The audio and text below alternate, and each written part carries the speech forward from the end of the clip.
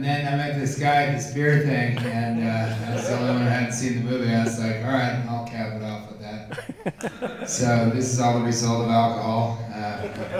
Probably your being here is also in some part the result of that.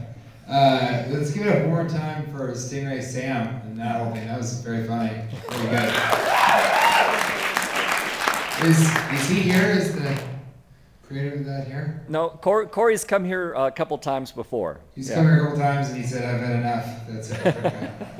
That was really great. The best part of it, I mean, it was a hilarious short serial film, but the best part was my father turned back to me after the song about the Big Lake Father, and he said, that was good.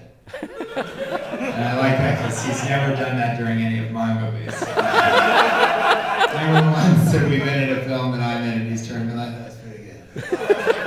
That Big Lake Father thing really got it. That's good. I just finished shooting Yogi Bear in New Zealand. That's a cartoon hybrid Warner Brothers film you'll see in December. I hope you guys like it in 3D. And then I had a couple seizures and brain surgery, and so now I'm here.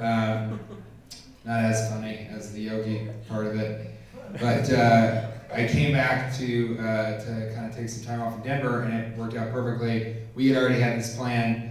So we're going to show Cloverfield. This is the first major motion picture that I did. I've done several since then, many of which have yet to come out. A couple that are out right now. She's Out of My League and How to Train Your Dragon. I don't know if you guys have seen those.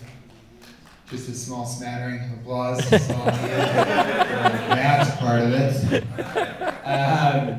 Yeah, and so this was an interesting experience for me. I hope you guys liked the movie. When I first got the film, the script was, and we'll do a Q&A afterwards if you guys want to. If not, then I'll just do an A and you guys can. But when I auditioned for this, the script was secret, and J.J. Abrams was very secretive, and so he gave us the sides that we read were from Felicity. Do you guys know what that is? It's a television series about a girl in college, and that was pretty different from the movie. So I thought it was some sort of teen romantic comedy. Oh, JJ, no it wasn't. And what we were given was sides to Felicity, so I had to kind of talk about how my dad was really not emotional with me, which ended up being pretty easy. And then they gave us a scene, ostensibly from Mission Impossible 2, I think, where we were stabbed. I had to be stabbed in the heart with an adrenaline needle and react to that. So that was an interesting 1-2 punch to have a casting director say, first we're going to want you to read this really saccharine, weird teenage dialogue, and then you're going to pretend to be stabbed by an adrenaline syringe. Are you familiar with Lost? You know, that sort of thing. So I did that, I got the part, I didn't understand what it was going to be. I didn't even get that it was a studio film.